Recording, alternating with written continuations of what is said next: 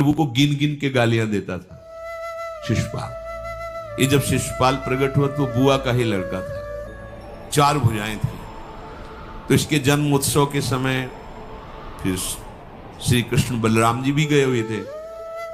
तो आचार्य ने जन्म कुंडली उस समय बाची कि महावीर होगा, ऐसा ऐसा सब वर्णन करते रहे और कहा ये उन्हीं के हाथ से मारा जाएगा जिसकी गोद में डालने पर इसकी 2 भुजाएं हट जाएंगी। वहां जितने आए हुए थे रिश्ते नातेदार, समाज के श्रेष्ठ श्रेष्ठ जन, सबकी गोद में शिशुपाल को, और जे भी भगवान श्री कृष्ण की गोद में डाले 2 भुजाएं गिर गई। रो करके उनकी बुआ ने कहा कि मैं भिक्षा मांगती हूं कि मेरे बालक की आपके हाथ से हत्या नहीं होनी चाहिए। का 100 अपराध तक मैं इसे बिल्कुल कोई दंड नहीं दूंगा, वचन देता हूं। ये जब से तोतली वाली बोलना शुरू किया तब से भगवान को गालियां देना शुरू किया था। इसका स्वभाव ही ये वैर, पूरा ऐसा वैर, भगवान को गालियां देता। जिस समय सब धर्मात्माओं राजाओं की सभा भरी हुई थी और भगवान श्री कृष्ण की अग्र पूजा हुई, सब तो सह गए, शिशुपाल खड़ा हो गया और ऐसे कट वचन बोले। महाभारत में लिखा, हमने स्वाध्याय में पढ़ा था, ऐसे कट वचन बोले कि कोई भी नाराज हो जाएगा उससे।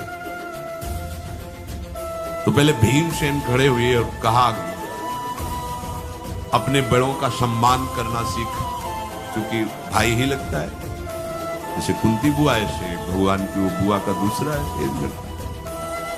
सम्मान करना सीख, अगर तू ऐसे ही बोलता रहा तो यही मैं तेरा गला काट दूंगा। ऐसे कहा बैठ जा ब्रकोदर, बहुत खाने वाला, तू क्या मेरे से लड़ेगा। भगवान ने भी इशारा कर दिया। जब देखा कि ये बोलता ही चला, भीष्म जी खड़े हुए और भीष्म जी ने कहा मैं श्री कृष्ण के चरण आसक्ति चित्त वाला हूं, अगर अब एक भी शब्द यहां बोला इसने तो मैं किसी की नहीं सुनूंगा, इसको नष्ट कर दूंगा। और दोनों सभाओं के सर पर पैर रखता हूं, जो श्री कृष्ण का विरोध करे उसके लिए मैं पर्याप्त हूं। भगवान ने कहा चुप रहो, शांत रहो, सबको बैठा ला। वो गिनती शुरू की, 98, 99 का शिशुपाल सावधान, जो तुम्हारी माता को वचन दिया था बस एक शब्द रह गया है, आगे मुझे दोषी कोई न ठहराए। 100 तक क्षमा करने की बात कही थी। जे ही, वो तो रुकने वाला थोड़ी था, जे ही आगे बोला सुदर्शन जी के द्वारा उसका वो परम उद्धार हुआ जो बड़े बड़े ऋषि मुनियों के लिए बड़ा दुर्लभ पद कहा गया है। गोपीजनों ने सौंदर्य माधुर्य निधि भगवान को अपना कांत माना, प्रीतम माना। एक ही वृत्ति, कितनी गजब की वृत्ति गोपीजनों की है कि सब कार्य करते हुए कृष्णाकार वृत्ति है। बेचने दही जा रहे हैं, बोल रहे कोई कृष्ण ले ले, दामोदर ले ले, माधव ले ले। कैसी वृत्ति है, देखो कैसी उच्च कोटि की अवस्था है। किसी भी भाव से हमारे प्रभु से जुड़ जाए तो इच्छा द्वेष दोनों से वो मुक्त हो जाए। और जब तक ये ठीक है, ये बेठीक है, इस तरह के द्वंद्व तुम्हारे हृदय में बने रहेंगे, तब तक मूढ़ता रहेगी और उससे पतन होता रहेगा। संसार का संबंध दृढ़ होता है इच्छा से। बहुत सुंदर बात है। संसार का संबंध दृढ़ होता ही है इच्छा से। इच्छा खत्म, संसार का संबंध खत्म। कितनी बढ़िया बात है। पर हम भागे घूम रहे हैं इच्छाओं की पूर्ति के लिए। जब एक बता दिया कि समुद्र है भगवान, जो चाहिए इन्हीं से क्यों नहीं, पर इनसे मिलने के लिए भी तुम्हें शराब छोड़ना पड़ेगा, तुम्हें मांस छोड़ना पड़ेगा, व्यभिचार छोड़ना पड़ेगा, गंदे चिंतन छोड़ने पड़ेंगे। वो राजी नहीं हो तो करो पाप और चाहो सुख। ऐसा कैसे हो सकता है? यही है जीव की परेशानी, यही है। वो ये चाहते हैं कि हे संत महात्मा, हे भगवंत, हमको छूट दो, हम खूब गंदे आचरण करें और आप हमसे सेव संतरा रुपया पैसा ले लो और आप ऐसा आशीर्वाद दो कि हमारी उन्नति होती रहे, दुख न मिले, हमें सुख ही मिलता है। कभी स्वप्न में भी नहीं हो सकता। तब लग कुशल न जीव को सपने हो मन विश्राम, जब लग भजत न राम को शोक धाम तज काम। ये दुखों का खजाना काम अर्थात इच्छा, इसका त्याग करके भगवान की शरण में होकर जब तक नाम जप नहीं करोगे, स्वप्न में भी तुम्हें विश्राम नहीं मिलेगा। और नाम जप एक गंदे आचरण करने वालों के हृदय में नहीं हो सकता। नाम परम पवित्र है। ये तभी होगा जब आपका खान पान सात्विक हो, आपका वातावरण सात्विक हो, आपका बोलना उठना बैठना सब सात्विक हो, तब नाम भगवान कृपा करेंगे आपकी जिह्वा। फिर कौन सी इच्छा रह जाएगी? कौन सी इच्छा रह जाएगी? अरे आप विश्वास कीजिए, ये जितनी इच्छाएं हैं सब स्वाप्निक हैं। जब आप सच्चा विवेक धारण करेंगे तो आपसे पूछा भी जाएगा कि जबरदस्ती केवट से कह रहे ले लो, वो कह रहा आप कछुनाथ न चाहिए, मोरे नहीं चाहिए। प्रहलाद जी कह रहे वरदान मांगो, हमारी आज्ञा का पालन करो, तो कह रहे हाँ आपकी आज्ञा का पालन करता हूं, हे नाथ मुझे यही वरदान दीजिए कि आपसे भी कोई इच्छा न रहे। ये वरदान मांगा कि आपसे भी कोई इच्छा। आप सोचो क्या है ऐसा भागवतिक रस कि जिसको वो मिला तो भगवान से भी कह देते। और भक्त तो बड़े विचित्र विचित्र है, वो भगवान से कहते तुम्हारी इच्छा क्या है प्यारे? बोलो हम पूर्ण करते। तुम्हारी इच्छा क्या है? हमारी तो कोई इच्छा ही नहीं। आप बोलो आपकी इच्छा क्या है? आप क्या चाहते हो? मैं कैसे आपको रिझाऊं? जब कामना को लेकर के मनोवृत्ति का प्रवाह संसार की तरफ होता है, तब ये कामना ही हमें राग द्वेष में बांध देती है। जो महापुरुषों ने उपासना करके शास्त्र स्वाध्याय करके अनुभव किया है, उसे ध्यान से सुनो। इच्छाओं से बचने का उपाय, इच्छा ही आपके बंधन का कारण है, इच्छा ही जन्म मरण का कारण है। इच्छाओं से बचने का उपाय, कर प्रमाद मत बनो आलसी, करो सुचारु रूप से काम, अपना काम स्वयं करने में लाज बड़प्पन तजो तमाम। पहली बात, शरीरधारी को किसी दूसरे शरीर से अपने शरीर की सेवा तब तक नहीं लेनी चाहिए जब तक बीमार ना हो जाए, असमर्थ ना हो जाए, चाहे गृहस्थ में हो चाहे विरक्त में हो। ध्यान दीजिए, आप चाहे आपकी पत्नी हो, पुत्र हो, परिवार हो, आप उनके सेवक हैं, क्योंकि वो सब प्रभु के जन हैं। इस भावना से रहोगे, कभी नाराज नहीं होगे, कभी गुस्सा नहीं आएगा, कभी झगड़ा नहीं होगा। अगर आप अपने को ये माने कि प्रभु मेरे परिवार में आए हुए हैं, मुझे अपने कर्तव्य का पालन करना है, आप तो कहीं झगड़ा साक्षात्कार पर ऐसा कौन मानता है? अच्छा, साधु वेश में ये जरूर सावधानी रखनी चाहिए। ध्यान देकर सुनिए, जब तक आपका शरीर स्वस्थ है आप किसी से किसी भी प्रकार की सेवा स्वीकार न करें।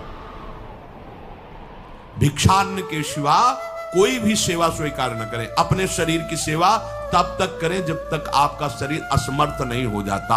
असमर्थ हो गए तो फिर हरि ही करें आकर स्वयं, या किसी को भेज दें, उनके बस की बात है। देखो माधवदास बाबा की लंगोटी स्वयं श्री ठाकुर जी महाराज धो रहे। तब तक हमने अपने बड़े संतों को देखा है, बिल्कुल किसी भी तरह की कोई सेवा नहीं स्वीकार करते। अपनी दिनचर्या अपने हाथ से अपने शरीर की पूरी। आपको क्या हो गया है? आप भी वैसे ही चलो जैसे गुरुजन चले हैं, भिक्षान्न के सिवा।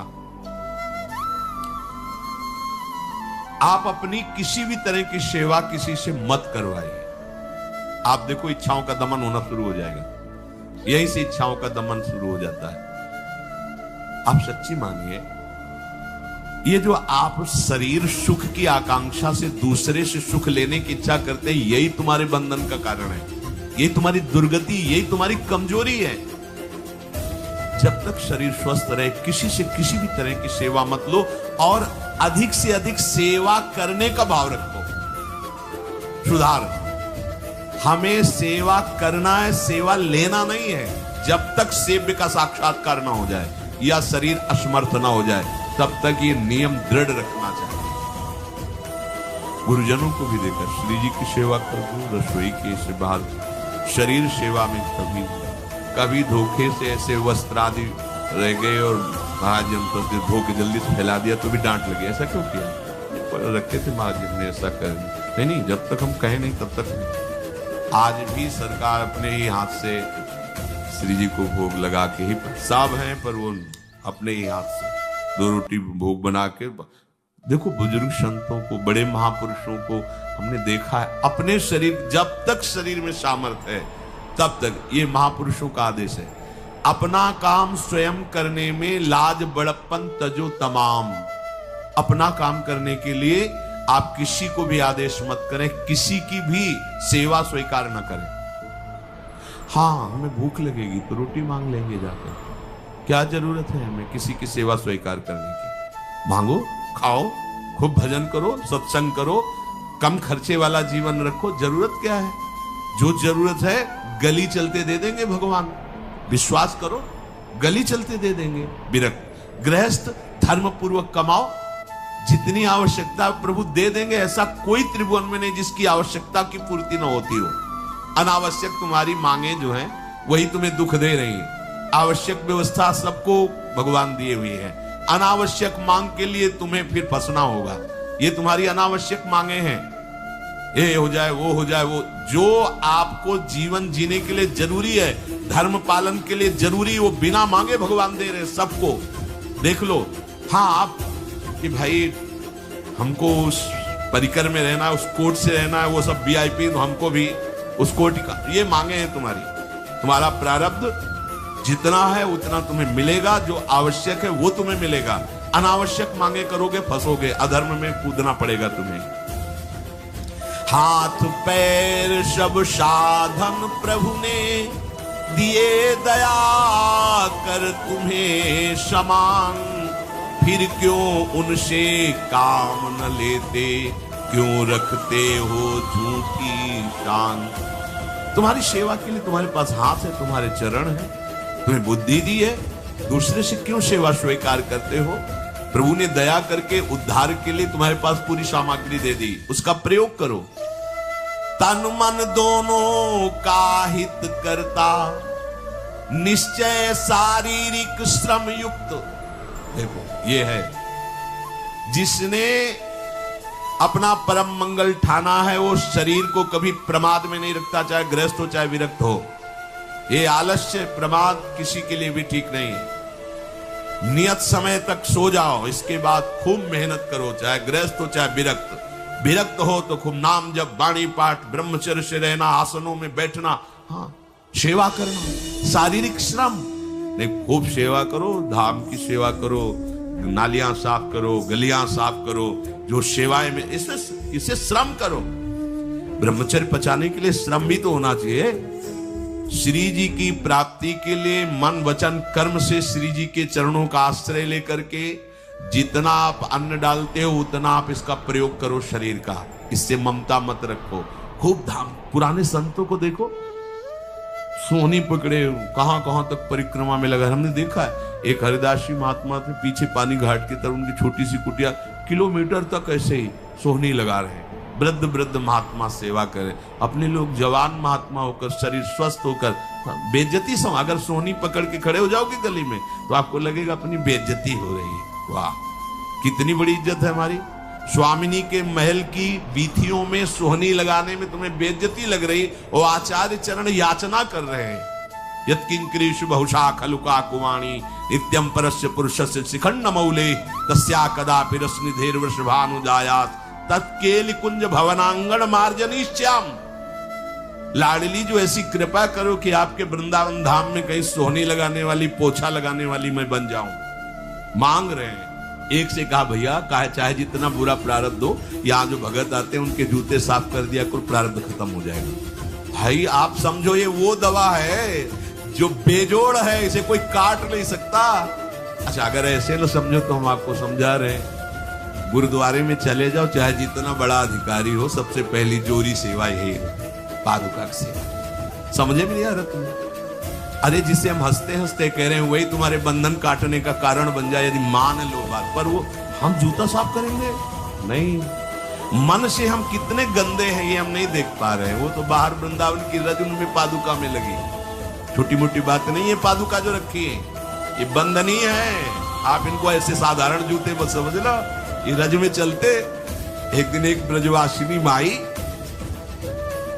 रोटी रखे, उसके ऊपर पादुका रखे, एक हाथ में लाला लिए और एक हाथ में जल का ऐसे लिए, उनका अभ्यास ऐसा। अब पादुका पहन के चलने में परेशानी होती थी। तो कोई एक संत थे, वो बाहर से आए हुए थे, वो हंस दिए कैसे बावरी रोटी के ऊपर जूता लगा। ऐसे मतलब कितने साल हो गए ब्रजवास करते हुए, वह कई वर्ष हो गए। अरे वो जूती नहीं दिखाई दे रही, जूती दिखाई दे, क्या ब्रजवास कर रहा है, डांट के चल दी। समझो हम कहें कि जूती साफ करो तो हम जूती साफ करेंगे, और ये है कौन सी जूती साफ में, क्या रज है। वृंदावन बरसाने सब जगह घूमते रहते हैं ये महाभागवत जन। अगर इनकी ये गृहस्थ विरक्त मत देखो, सब लाडली जी के लाडले हैं जो यहाँ आए हुए हैं। अगर हम उनकी पादुका साफ करेंगे तो हमारा हृदय साफ हो जाएगा। पर कोई मानता कहाँ है। अपनी सेवा स्वयं करो और दूसरे की सेवा मिल जाए तो जैसे लोभी आदमी के सामने धन फेंक दे तो कैसे भागता है, ऐसे आपको होड़ लगनी चाहिए कि ये आदमी इतना न कर पाए जितना हम सेवा करें। परमार्थ में शरीर पोषण नहीं, परमार्थ में शरीर की धज्जियां उड़ानी है, अहंकार की, देहाभिमान की। राखे अपने को सदा भगवत सुमिरन लीन, सुने न जग के दोष गुण, करे न चित्त मलिन। सदैव अपने को ये देखता रहे कि प्रभु का सुमिरन चल रहा है कि नहीं अंदर। ये बहुत बड़े काहे की परेशानी, हम तो यही समझ नहीं पा रहे कि इतनी झंझटें लेकर कैसे घूम रहे हैं लोग। अगर हृदय में राधा राधा चल रहा है, आप व्यापार कर रहे हो, नौकरी कर रहे हो, गृहस्थ हो, विरक्त हो, जो अब आपको चिंता क्या होनी चाहिए। देखो ना, थोड़ी दिन ऐसे चल के देखो, हर कार्य बहुत अच्छा होता है जब भगवत सुमिरन पूर्वक आप एकाग्रता पूर्वक कार्य करें। हर कार्य में आपको आनंद आएगा। पर वो तो शरीर पोषी, जैसे आग जलने में फफोला पड़ जाता है ना, उसको बहुत संभाल के रखते हैं, ऐसे देहाभिमानी साधक भी होते हैं। कोई इतना शरीर को सजा के, इतना संभाल के कि लगता है यही भगवत प्राप्ति है इनकी, कि इनके शरीर बिल्कुल ऐसे नहीं। संतों ने देखो ना कैसे अपने शरीर के राग का त्याग किया है, गुरुजनों की आज्ञा में तत्पर होकर धज्जियां उड़ा दी देहाभिमान की, तब उनको परम पद प्राप्त हुआ है। अपने शरीर का राग रखने वाला परमार्थ में कैसे चल सकता है। कब तक फंसे रहोगे विषयासक्ति वासना में हो दीन, अरे कब तक मन में भरे रखोगे दुर्विचार दुर्भाव मलिन। जिन भोगों के लिए हो रहे तुम लालायित सुखमय जान, यही घोर दुख उपजाएंगे, बढ़ जाएगा अज्ञान। इसलिए छोड़ो सब आशा ममता, आसक्ति कामना मद अभिमान, एकमात्र शरणागत होकर भजो निरंतर राधे श्याम। प्रभु की आसक्ति हृदय में धारण करो। यही समझ में नहीं आता। चले हो राग त्यागने के लिए, पोषण कर रहे हो शरीर राग का, कैसे बात बनेगी। चलो कोई विषय संसारी है तो लगता है अभी बेचारा है। आप लोग बेचारों की लाइन में थोड़ी हो, आप लोग बेचारों की लाइन में नहीं हो। आप जितने भी, चाहे गृहस्थ हो चाहे विरक्त हो, धाम आ गए हो, दीक्षा ले ली है, शास्त्र स्वाध्याय करते हो, सत्संग, आप बेचारे हो, आप भगवत पार्षद हो। पर आप अपने स्वरूप को समझो, ये अंदर की बातें सुधारो। आगे कह रहे हैं कि सुने न जग के दोष गुण, करे न चित्त मलिन। अपने भगवत चिंतन में मगन रहो। कोई तुम्हें यदि किसी की निंदा आदि सुनाने लगे तो उसे मत सुनो। पूछे कछु कछुए कहे, को आए के पास, सुन ले कछु बोले नहीं, सब ते रहे उदास। पर निंदा पर दोष के, कथन सुनन में लोग, जो आनंद अनुभव करे तो लहे नरक के भोग। तुम्हारे पास आकर कोई तुम्हें दूसरे की निंदा सुना रहा है, और अगर तुम्हें हर्ष हो रहा है, कैसी बात, कोई नामदाता सदगुरु की निंदा करे तुम सुन लिए, कैसे तुम्हारे इस पाप का प्रायश्चित होगा। सुनने और कहने वाले दोनों को एक ही दंड मिलता है बराबर।